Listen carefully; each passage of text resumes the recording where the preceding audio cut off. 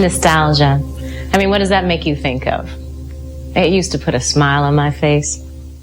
It doesn't anymore. About 2 years ago, I went back to Trinidad full of nostalgia. I was going through a hard time after my dad passed, and some feeling in me started to churn and just drawing me back to Trinidad.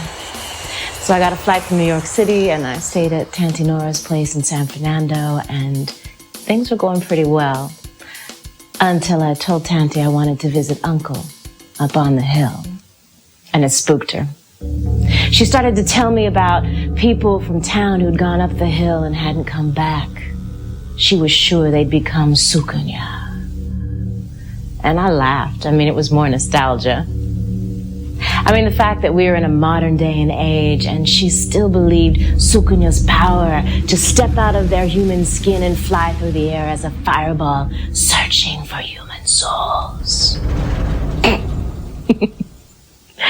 I calmed her down and I decided to go by myself. And I rented a car, but all the roads were changed. All the signposts from my childhood, they were gone. And I finally found the road that led up to Uncle's Hill. And it was not even a road. It was like a pathway. And the trees had grown over. It was different. So I parked and I headed up on foot. And the sun was setting as I climbed, and I heard Uncle's raspy voice before I even saw him. He said, "Come, come." He just called to me, and a screeching wail arose across the sky and then trailed off.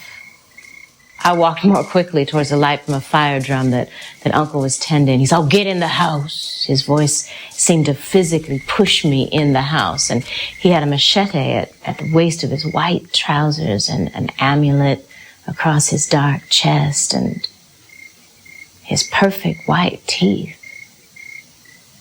And he pointed to an old chair and he said, "Sit down." And I did. "Things have changed around here. You passed that old house at the bottom of the hill, Miss Bendy's place." I said, "Yeah." He says, "She run this place at night." And I'm asking him, "Why at night?" He says, "Things have changed. Didn't they tell you, girl? Only Sukunia live up in here." And then he said in that heavy voice, "This is Sukunia Hill."